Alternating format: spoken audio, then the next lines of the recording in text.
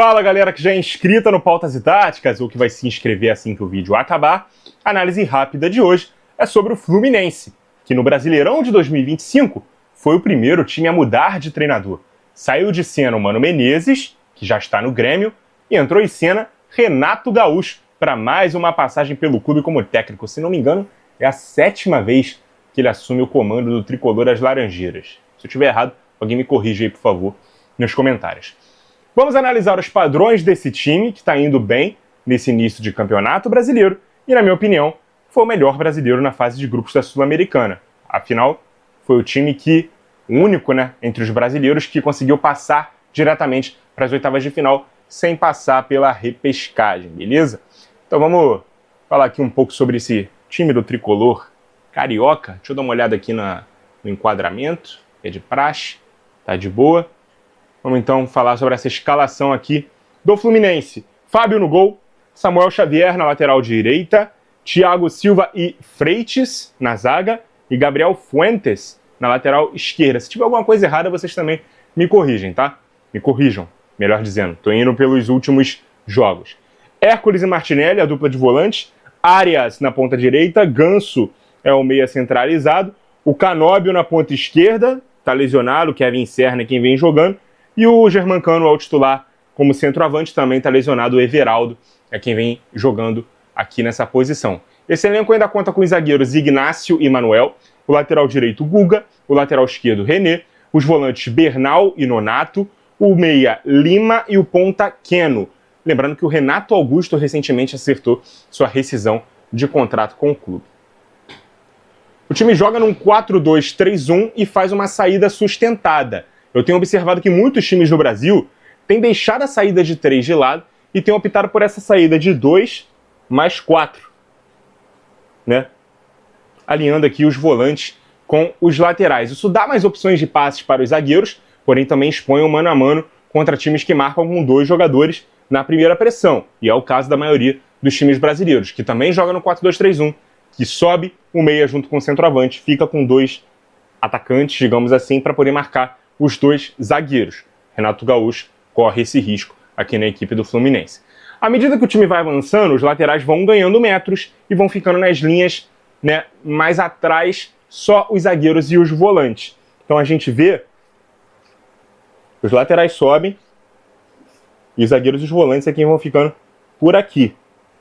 Claro que é muito sedutor quando o adversário recupera a bola, tentar atacar o Fluminense aqui nas costas dos laterais, beleza? Uma vez escolhido o lado atacado, o lateral desse lado passa aberto. Vamos dizer aqui que o time está atacando pelo lado direito, beleza? O ponta desse mesmo lado centraliza, o centroavante ataca o segundo pau, o meia Ganso ataca a meia lua da grande área vindo de trás. O ponta do lado oposto permanece aberto para a possibilidade de uma inversão e o lateral desse lado oposto, por sua vez, segura a ultrapassagem. Ele meio que recua, ou à medida que o time vai avançando, a zaga também vai subindo, ele vai ficando realmente na sua posição de origem. O lateral do lado da jogada é quem sobe, o outro fica um pouco mais contido para tentar lidar com os riscos dessa defesa adiantada e dos laterais apoiando simultaneamente, beleza? Deixa eu descer aqui minhas anotações para poder falar sobre outro ponto aqui. Essa combinação de lateral e ponta do lado da jogada é importante para criar indefinição. O famoso 2 contra 1 no lateral adversário. Deixa eu colocar aqui a linha de defesa hipotética aqui do adversário para poder falar sobre essa indefinição aqui, Marca o lateral que está indo para o fundo ou marca o ponta aqui que está indo em direção à área. Se o lateral sobe pressão no portador da bola, o ponta passa e recebe livre nas costas dele. Beleza? Maiores condições, inclusive, de dar prosseguimento às jogadas. Agora, se o lateral do Flu ganha espaço para atacar, se o lateral adversário fica no ponta, aí o lateral ganha mais espaço realmente para poder ir para a linha de fundo, beleza? Os volantes Hércules e Martinelli têm mais aquele perfil de se aproximar da área e finalizar de fora dela no rebote. São 2 jogadores que podem fazer tanto a função de primeiro como a de segundo homem, apesar de ser notável a perda do André nas atuações do Martinelli. Ele segue jogando bem, mas não tão bem como aquele segundo volante com mais liberdade para poder subir quando tinha o André. O Hércules, ele fez um grande Brasileirão pelo Fortaleza no ano passado, mas eu acredito que a torcida esperava mais dele a essa altura do ano. Ele ainda oscila bons e maus desempenhos, beleza? Se você for tricolor, você pode deixar aí a sua opinião sobre o Hércules, um jogador de bastante força física também, né? Um cara que segura bastante ali na defesa. Quando o Cano joga, deixa eu tirar a defesa aqui do adversário rapidinho, para poder falar sobre o Germancano. Ele, por não ser tão alto, não é tão explorado assim no jogo aéreo. O Everaldo, aliás, estamos falando de um argentino de 1,77, né, no caso do Cano, e um brasileiro de 1,81, que no caso é o Everaldo, ele é mais explorado, né, nessas bolas alçadas na área. Então os cruzamentos são mais frequentemente tentados quando o camisa 9, né, o Everaldo, está em campo. O Cano tem mais aquele perfil chuta-chuta, né, ele não precisa de muita preparação, distância, espaço para poder finalizar qualquer jogada que ele considere possível de marcar o gol, beleza? Defensivamente, o time marca em bloco alto num 4-4-2.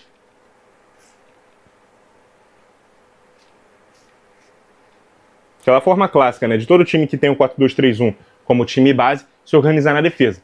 4-4-2 com o Ganso encostando aqui no centroavante, fazendo a variação natural do 4-2-3-1 para essas duas linhas de 4 dentro do campo de ataque.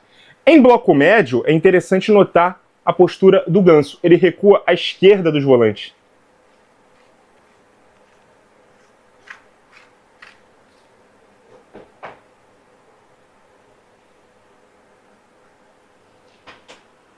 Agora, quando joga o Lima no lugar do Ganso, ele recua à direita. Isso porque o Lima, eu acho que é um jogador destro, né? Não tenho certeza. O Ganso tem certeza que é um cara canhoto, então ele joga mais aqui. E o Fluminense, ele monta uma linha de 5 mais aberta aqui no meio campo e deixando uma linha de 4 mais atrás, mais estreita, né? A segunda linha mais aberta, a primeira mais estreita, mantendo assim apenas o centroavante, né, na frente da linha da bola. O time também consegue se compactar bem pelos lados com 5 jogadores. O lateral do lado da bola e os 2 zagueiros, protegendo a entrada da área. Beleza? E aí, protegem o bico da grande área o ponta e pelo menos um dos meio-campistas.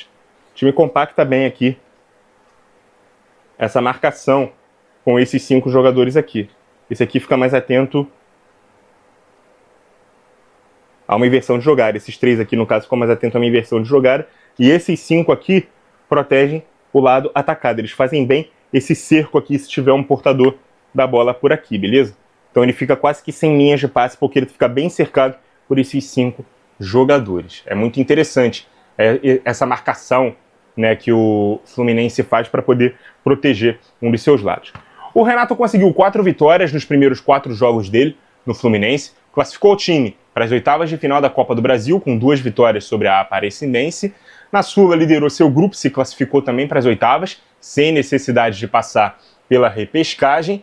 E no Brasileirão, até o momento, tem 5 vitórias, 2 empates e 3 derrotas em 10 jogos. Estou gravando no dia 31 de maio. Nesse fim de semana aí, o Flusão joga mais uma partida antes do Mundial. Inclusive, o Renato Gaúcho disse isso, né, na sua última entrevista coletiva, depois do jogo contra o Once Caldas, que foi pedido a ele, quando ele assumiu o clube, né, que até o Mundial ele tivesse conseguido as classificações para as oitavas de final das Copas e que tivesse na parte de cima da tabela do Campeonato Brasileiro. Ele tirou essa onda, que as 3 coisas aconteceram.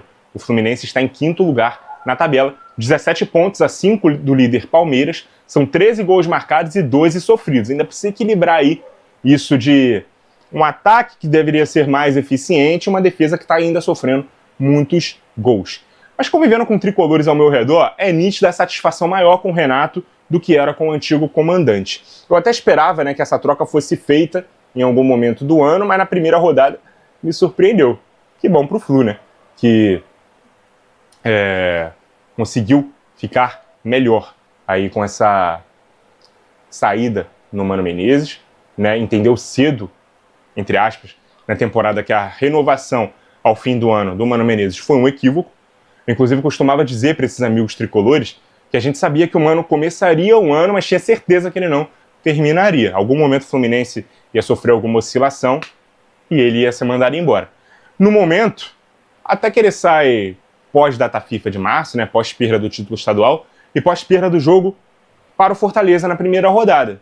Então, para muitos, a decisão tinha sido no timing errado, porque o treinador já poderia ter sido contratado antes e começar a trabalhar mais cedo, durante aquele período antes do Campeonato Brasileiro começar, né, durante a data FIFA de março, enfim. Mas a contratação do Renato foi rápida, a resposta foi imediata, o que naturalmente deu ao outrora Rei do Rio, né, como jogador, tranquilidade para implementar seu estilo de jogo com mais paz e com direito a umas folguinhas na praia. É claro, como ele sempre gosta. Muito obrigado a você que acompanhou o vídeo até aqui. Continue ligado no nosso canal. E até a próxima!